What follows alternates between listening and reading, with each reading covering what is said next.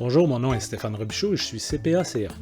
Cette nouvelle série de capsules a pour but de vous informer de façon générale de divers sujets liés à la fiscalité et aux affaires. Aujourd'hui, je me propose de discuter des divers avantages fiscaux liés au statut d'handicapé.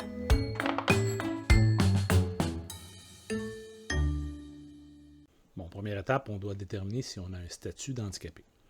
Malheureusement, plusieurs personnes n'aiment pas le concept et se refusent à demander à ce qu'on reconnaisse leur handicap. Et je mets des guillemets parce que le statut ne correspond pas nécessairement à ce que l'on peut communément s'imaginer. En effet, le statut est lié à la notion de déficience grave et prolongée, des fonctions physiques ou mentales. Par exemple, voir, parler, entendre, marcher, évacuer, se nourrir, s'habiller, les fonctions mentales nécessaires aux activités de vie courante, l'effet cumulatif des limitations considérables et les soins thérapeutiques essentiels, des gens qui ont besoin d'aller avoir des soins à des fréquences hautes. C'est très large comme définition et votre handicap, que vous ne considérez pas comme un handicap dans votre vie courante, parce que vous y êtes habitué, se qualifie peut-être.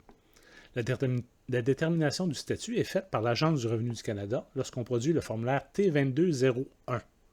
En fait, vous faites remplir le formulaire par votre médecin pour la condition dont vous êtes affligé. Les réponses du médecin sur votre formulaire permettront à l'agence d'émettre un certificat attestant de votre handicap, qui sera valide habituellement 5 ans, donc à renouveler aux 5 ans, ou si c'est une condition permanente, le certificat peut être émis à perpétuité. Plusieurs avantages sont rattachés au statut d'handicapé, notamment un crédit d'impôt non remboursable, transférable aux parents ou conjoints de 1 286 $ en 2020, avec un supplément de 750 $ pour les enfants mineurs. Les prestations pour enfants handicapés, rattachées à l'allocation canadienne pour enfants, seront bonifiées d'office. Un supplément sur l'allocation canadienne du travail de 713 $ en 2020. L'accès au régime enregistré d'épargne invalidité. Ce programme, en particulier, est considéré le plus généreux des programmes d'épargne fédérale. Le 23 septembre 2020, le gouvernement s'est engagé dans le discours du trône à établir le premier plan pour l'inclusion des personnes en situation de handicap du Canada.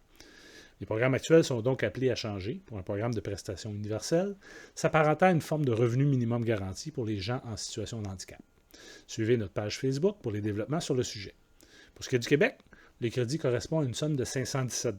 Cependant, ce crédit sera réduit si les parents d'enfants handicapés reçoivent un supplément aux allocations familiales pour l'enfant en question.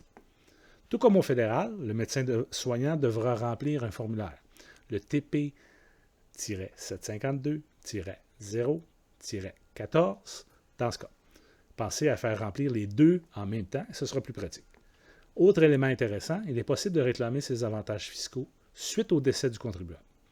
En effet, en fin de vie, il arrive souvent que les gens passent par une période d'incapacité physique ou mentale qui les qualifierait pour le crédit. Assurez-vous d'en discuter avec le professionnel qui préparera les impôts du défunt. Ne vous inquiétez pas trop pour le délai. Il est possible de réclamer le crédit rétroactivement jusqu'à 10 ans dans le passé. La date de début de votre handicap, attestée par le médecin, fera foi de tout. J'espère que cette capsule vous a été utile. Naturellement, nous n'avons pas couvert toutes les situations possibles. Peut-être que votre situation diffère et qu'une discussion face à face nous permettrait de clarifier celle-ci. N'hésitez pas à prendre rendez-vous dès maintenant.